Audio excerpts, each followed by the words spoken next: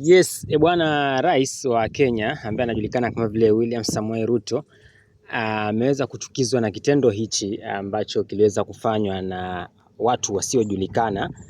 Kitendo fulani cha kikatili na ni kitendo fulani cha uhalifu ambacho hakikubaliani ama hakikubaliki kwenye sheria ama katiba ya Kenya. Nadhani umekuwa ukisikia story hii, ama kama hujasikia basi ndo mimi naweza kukuelezea hapa. Cha msingi uweze kusubscribe, kulike, kushare, alafu pia uzidi hata kucomment kwenye channel hii ya Siasa Tamu Media.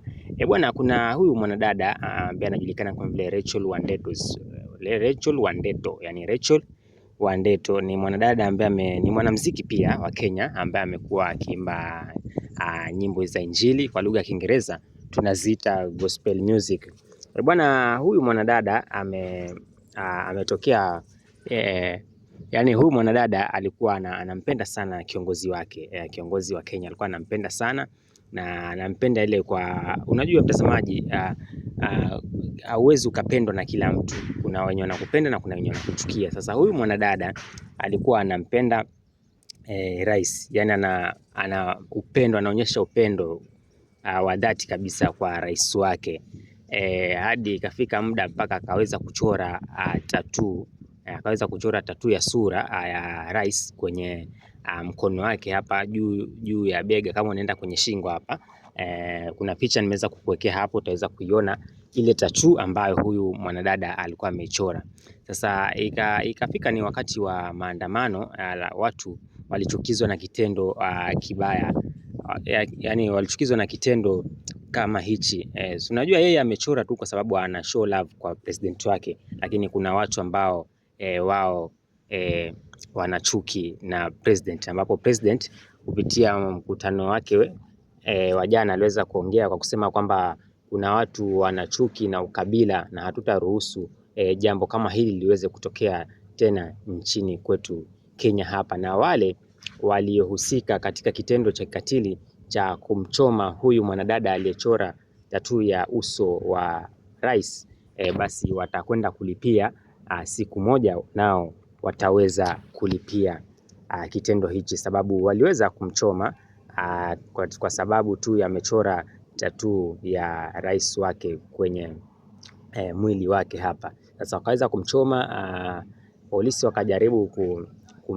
wakajaribu kutetea uhai wake, wakampeleka hospitali, lakini mwisho wa siku juhudi za madaktari hazikuweza kufaulu ama hazikuweza kufua dafu, akaweza kufariki akiwa hospitalini, ambayo ni jambo la huzuni sana, huku wengi wakiuliza maswali, kwani mtu akichora tattoo ya mtu ndio anafaa kuchoma jamani?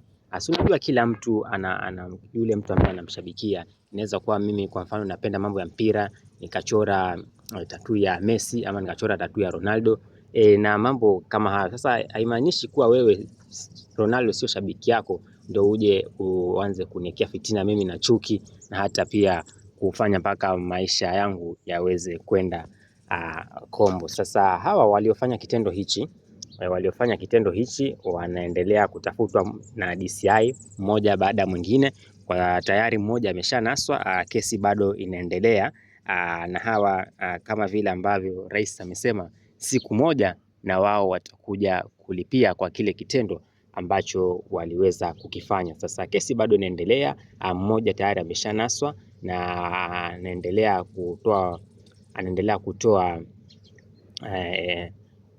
anaendelea kutoa ufafanuzi mkubwa kuhusiana na kitendo kile, na pia walikuwa wengi. Sasa DCI wanatafuta mmoja baada ya mwingine. Bwana, kesi hii inavyoendelea nitakuwa narudi tena kukupa taarifa pale ambapo imefikia, ikiwa watu hawa tayari wamekamatwa ama bado hawajakamatwa.